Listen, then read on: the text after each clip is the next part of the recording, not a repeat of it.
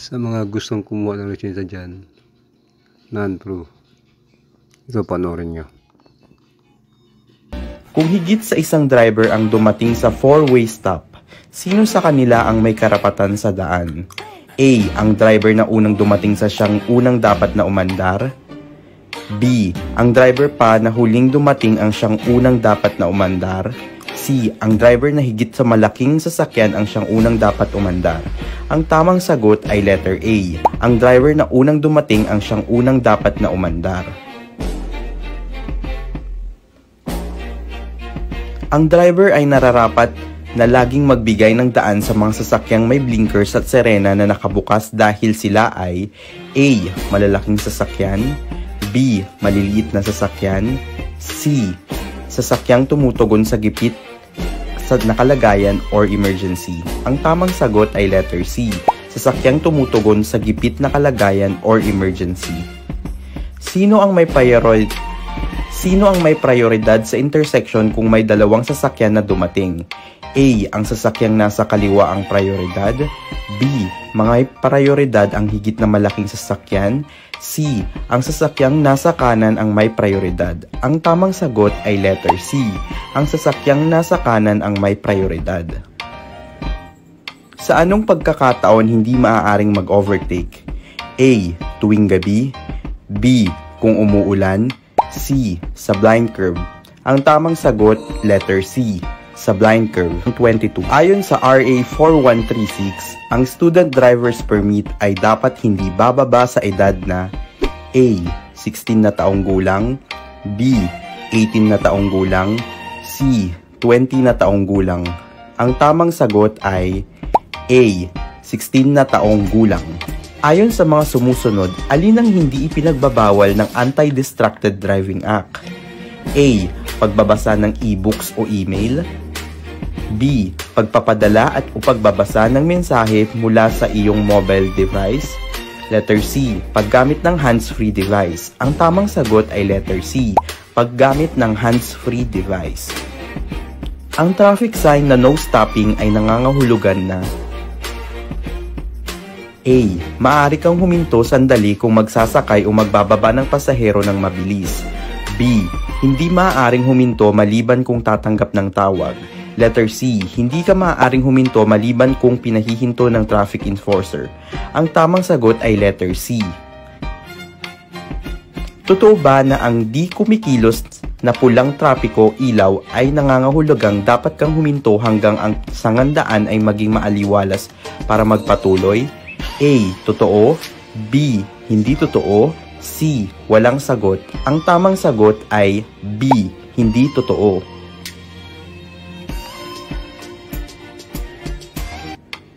Kung liliko pa kanan, nararapat na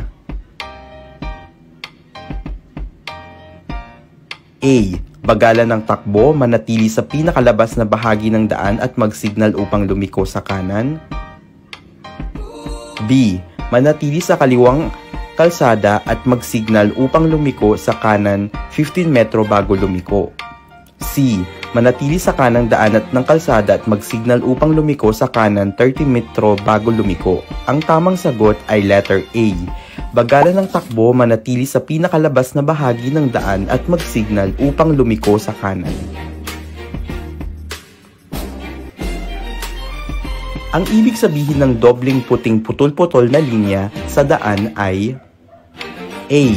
Bawal na mag-overtake sa kaliwang parte. B. Bawal na mag-overtake sa kanang parte. C. Pwede kang mag-overtake sa kaliwa o sa kanang kapag walang panganib. Ang tamang sagot ay letter C. Pwede kang mag-overtake sa kaliwa o sa kanan kapag walang panganib. Kung walang linya na minarkahan sa kalsada, dapat kang magmaneho A. Malapit sa kanang bahagi ng kalsada. B. Kahit saang bahagi ng kalsada. C. Sa gitna ng kalsada. Ang tamang sagot ay letter A. Malapit sa kanang bahagi ng kalsada. Ano ang nararapat mong gawin kung ikaw ay umiinom ng mga gamot na maaaring makaapekto sa iyong pagmamaneho? A. Humingi ng payo sa doktor bago magmaneho. B. Magmaneho lamang kung may kasama na lisensyadong driver. C. Limitahan ang pagmamaneho sa umaga. Ang tamang sagot ay letter A. Humingi ng payo sa doktor bago magmaneho. Ang bilis ng takbo ng sasakyan ay maaaring nakadepende sa A. Pagiging roadworthy ng mga sasakyang minamaneho. B. Kakayahan ng driver. C. Lahat ng nabanggit. Ang tamang sagot ay letter C. Lahat ng nabanggit.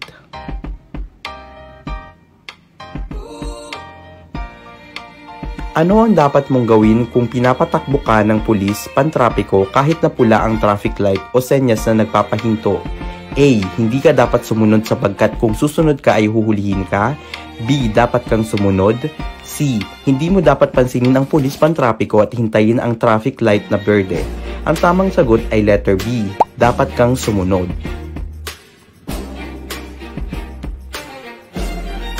Ano ang ibig sabihin ng paunang babala sa pagtawid sa riles? A. Upang bigyan ng abiso ang bilis ng motorista. B. Para balaan ng motorista na hindi sila maaaring pumarada kahit kailan. C. Para balaan ng motorista na may level ng pagtawid sa riles sa unahan. Ang tamang sagot ay letter C. Sa panahon ng pagkakasakit, ang iyong kakayahan sa pagmamaneho ay maaaring humina. Nararapat na ikaw ay A. Uminom lamang ng mababang dose ng maaaring uri ng gamot sa lahat ng panahon para masigurado ang kaligtasan. B. Laging bisitahin ng iyong doktor bago magmaneho lalo na sa mahahabang biyahe. Letter C. Maging malusog sa pangangatawan at pag-iisip at huwag magmaneho pagkatapos uminom ng gamot. Ang tamang sagot ay letter C. Ang mga signal sa panliko ay dapat gamitin A. Bago umalis sa intersection. B. Habang patungo sa intersection. C. Bago lumiko sa intersection. Ang tamang sagot ay letter C. Bago lumiko sa intersection.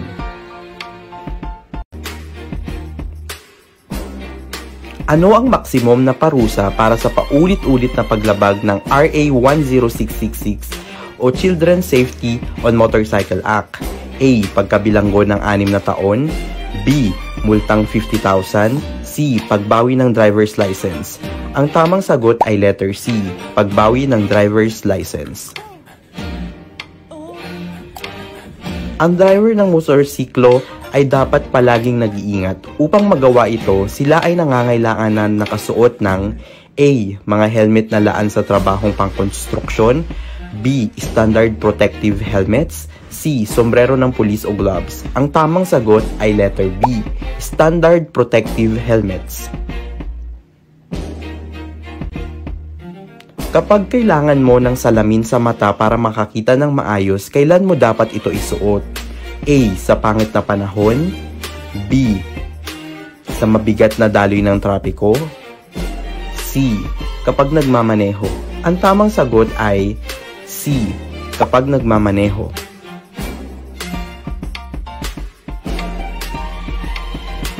Sino ang responsable para siguraduhin hindi sobra sa dami ang nakasakay ng sasakyan? A. Ang driver ng sasakyan. B. Ang nagpapasakay sa sasakyan. C. Ang may-ari ng sasakyan. Ang tamang sagot ay letter A. Ang driver ng sasakyan. Ang traffic light ay nagpalit mula sa berde pa dilaw habang pasangandaan ka. Ano ang dapat mong gawin? A. Magpatuloy lang sa iyong kasalukuyang bilis. B. Huminto kahit na nasa sangandaan. C. Huminto bago magsangandaan. Ang tamang sagot ay letter C. Huminto bago magsangandaan. Ang pagmamaneho ng higit na mabilis sa itinakdang bilis ay A. Pinapayagan lamang kung mag-overtake sa isa pang sasakyan. B. Pinapayagan lamang kung ibang sasakyan ay magpapatakbo ng higit na mabilis na itinakdang bilis. C. Ito ay pinagbabawal ng batas malibang na lamang kung may emergency. Ang tamang sagot ay letter C. Ito ay pinagbabawal ng batas malibang na lamang kung may emergency. Magkano ang parusa para sa pangalawang opensa ng RA 10666 or Children's Safety on Motorcycle Act of 2015?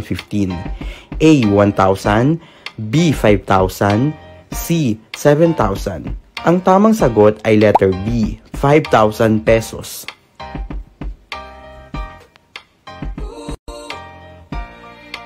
Paano ka naapektuhan ng alak? A. Pinabibilis nito ang iyong reaksyon. B. Pinabubuti nito ang iyong koordinasyon. C. Pinapababa nito ang iyong konsentrasyon. Ang tamang sagot ay letter C. Pinapababa nito ang iyong konsentrasyon. Ang U-turn ay ginagamit para baguhin ang direksyon. Alin sa mga sumusunod ang pinapayagan? A. Kung saan walang U-turn sign na nakalagay. B. Sa one-way na kalye. C. Kung walang sasakyan na paparating sa kabilang panig na magreresulta ng sagabal o masamang aksidente. Ang tamang sagot ay letter C. Walang sasakyan na paparating sa kabilang panig na magreresulta ng sagabal o masamang aksidente. Ano ang magiging resulta ng hindi pagpatay ng signal light matapos lumiko mula sa interseksyon? A. Makakapagpalito ito sa lahat ng mga nasa daan. B. Makakapagpalito ito sa lahat ng mga motorista. C. Makakapagpalito sa mga tagapatupad ng batas pantrapiko. Ang tamang sagot ay letter A. Makakapagpalito sa lahat ng mga nasa daan.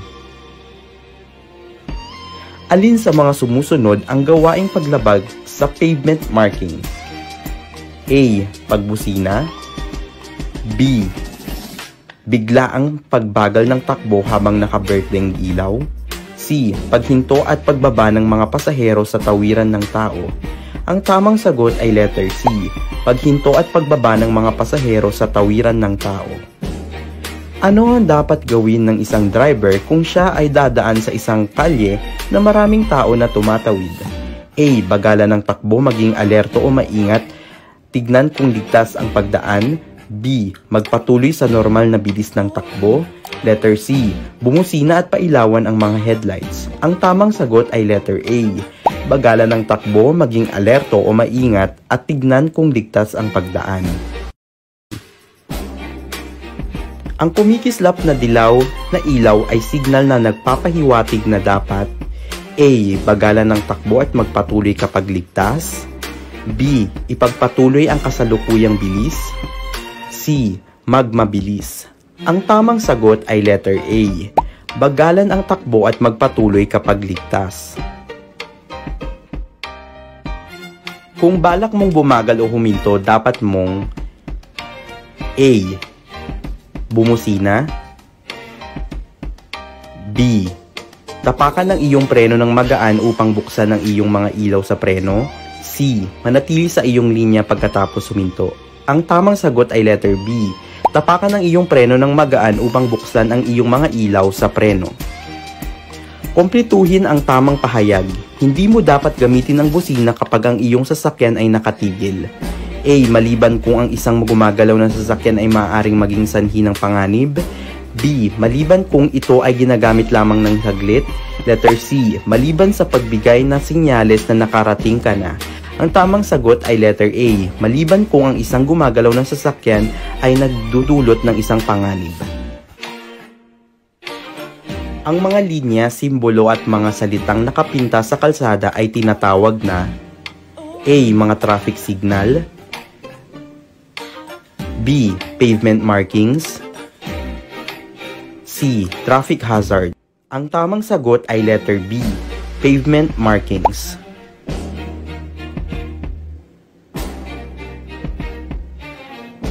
Ang kulay berdeng traffic light sa intersection ay nangangahulugang A. Pinahihintulutang tumawid ang mga tao sa lahat ng tawirang pantao. B. Hindi pinapahintulutan tumawid ang mga tao sa lahat ng tawirang pantao. C. Ang mga sasakyan sa kabilang kalsada ay nakahinto. Ang tamang sagot ay letter C. Ang mga sasakyan sa kabilang kalsada ay nakahinto. Sa anong pangyayari maaaring pumarada sa harapan ng pasukan ng ospital? A. Kapag sumusundo ng pasyente. B. Wala. C. Kapag empleyado ka ng hospital. Ang tamang sagot ay letter B, wala.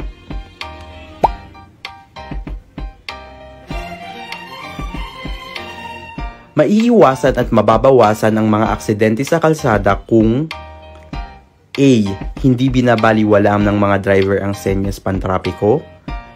B. Ganap na binabaliwala ng mga driver ang mga senyas pantrapiko. C. Hindi pinapansin ng mga driver ang mga senyas pantrapiko sa mga partikular na lugar. Ang tamang sagot ay letter A. Hindi binabaliwala ng mga driver ang mga senyas pantrapiko. Aksidente kang nakabangga ng taong naglalakad. Ano ang una mong dapat gawin? A. Tulungan ang taong naglalakad. B. Maghanap ng ligtas na lugar para pumarada. C. Tumawag ng pulis. Ang tamang sagot ay letter A. Tulungan ang taong naglalakad.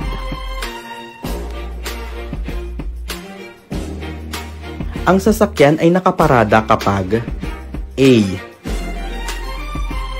Hindi gumagalaw ang sasakyan habang nagsasakay ng pasahero. B. Hindi gumagalaw ang sasakyan habang nagbababa ng pasahero. C. Ang sasakyan ay hindi gumagalaw habang patay ang makina. Ang tamang sagot ay letter C. Ang sasakyan ay hindi gumagalaw habang patay ang makina. Ano ang ibig sabihin ng isang paunang babala na may riles ng tren? Upang bigyan ng babala kaugnay ng bilis ng kanilang takbo. B. Upang balaan ang mga motorista na hindi sila maaaring pumarada sa anumang oras. C. Upang balaan ang mga motorista na may riles ng tren sa unahang bahagi ng kalsada. Ang tamang sagot ay letter C. Upang balaan ang motorista na may riles ng tren sa unahang bahagi ng kalsada. Habang nagmamaneho, gusto mong lumiko pakaliwa sa minor na kalsada. Paano ang gagawin mo? A. Manatili sa gitna ng daan. B. Magmabilis na lumipat. C. Huwag magmadali at ayusin lamang ang paglipat. Ang tamang sagot ay letter C. Huwag magmadali at ayusin lamang ang paglipat. Hindi ka dapat gumamit ng mobile phone habang nagmamaneho. A. Dahil mahina ang pagtanggap na kapag umaandar ang makina. B. Dahil makakaapekto ito sa mga electronic system ng sasakyan. C. Dahil maaaring makapagsagabal ito sa iyong atensyon. Ang tamang sagot ay letter C. Dahil maaaring makasagabal ito sa iyong atensyon. Kapag nakainkwentro ka sa daan ng mga sasakyang pang-emergency kagaya ng ambulansya, fire truck na sumiserena, ano ang dapat mong gawin? A. Huwag mo silang pansinin. B. Magbigay daan sa pamamagitan ng paggilid sa kanan o kaliwa.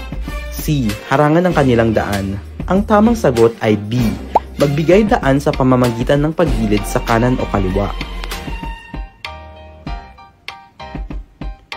Ang bilis ng pagmamaneho mo sa gabi ay dapat nakadepende sa A.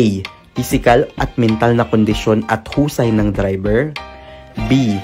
Kakayahan ng sasakyan at lagay ng panahon. C. Lahat ng nabanggit. Ang tamang sagot ay letter C. Lahat ng sagot.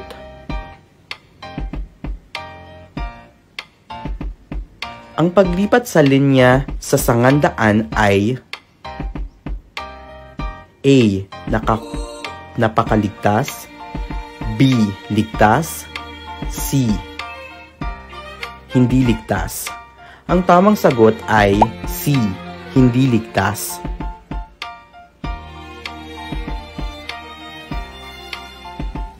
Kapag ginagamit ang pangunahing batas sa bilis bilang gabay, ang pagpili ng bilis ay nakadepende sa A. Bilis ng sasakyan na minamaneho.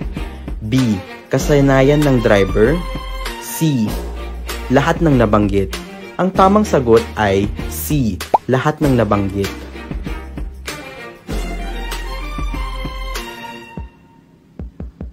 Kailan ka dapat mag-signal kung ikaw ay liliko pakanan? A.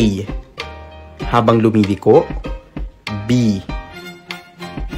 Pagkatapos lumiko. C. Bago lumiko.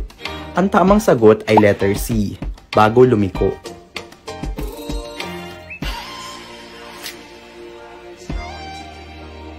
Ang angkop na senyas kung liliko sa kaliwa ay A. Ang braso at kamay ay nakaunat pakaliwa. B. Ang kaliwang kamay ay nakaturo sa itaas. C. Kaliwang kamay na nakababa at nakaturo sa lupa. Ang tamang sagot ay letter A. Ang braso at kamay ay nakaunat pakaliwa. Ang panuntunan sa right of way ay nagbibigay ng A. Pangunahing karapatan bilang mga driver. B. Mga batas kapag nagbigay daan sa iba. C. Lahat ng nabanggit. Ang tamang sagot ay letter C. Lahat ng nabanggit.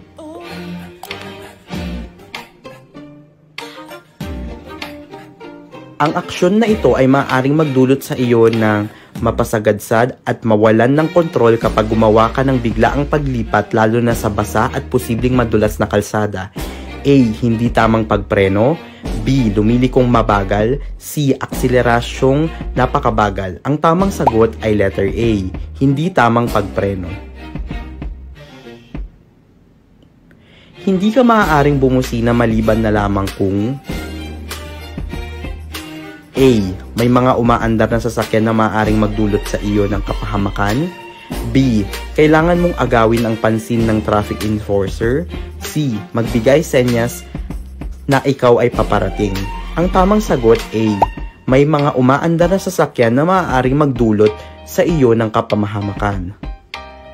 Ayon sa RA 10666, ang bata ay maaaring sumakay sa motorsiklo kung siya ay nakasuot ng standard protective helmet, komportabling naabot ng mga paa ang standard foot peg at A. Nakakapit ang bata sa rider's seat handle. B. Nakahawak sa balikat ng driver. C. Nakakayakap ng 360 sa baywang ng driver. Ang tamang sagot ay letter C. Nakakayakap ng 360 degrees sa baywang ng driver. Sa mga rotonda, alin sa mga sumusunod na mga sasakyan ang mayroong right of way? A. Ang sasakyan na nakaharap sa berdeng dilaw. B. Mga sasakyan na papasok pa lamang. C. Mga sasakyan na nasa rotonda. Ang tamang sagot ay letter C. Mga sasakyan na nasa rotonda. Ang dapat na kulay ng blinkers para sa mga mahahabang sasakyan, mababagal ang takbo. A. Asul. B. Dilaw. C. Pula. Ang tamang sagot ay letter B. Dilaw.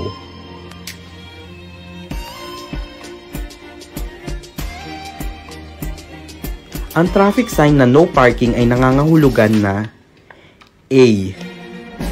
Maaaring pumarada sa pasubaling ang pinamaneho mo ay pribadong sasakyan. B. Hindi pwedeng huminto ng sandali kung hindi ay huhulihin dahil sa pamagwawalang halaga sa traffic sign. C. Maaaring huminto sa sandali upang magsakay o magbaba ng mga paninda o pasahero at hindi dapat na nakasababal sa mga sasakyan. Ang tamang sagot ay letter C. Maaaring huminto sandali upang magsakay o magbaba ng mga paninda o pasahero at hindi dapat na nakakasagabal sa mga sasakyan.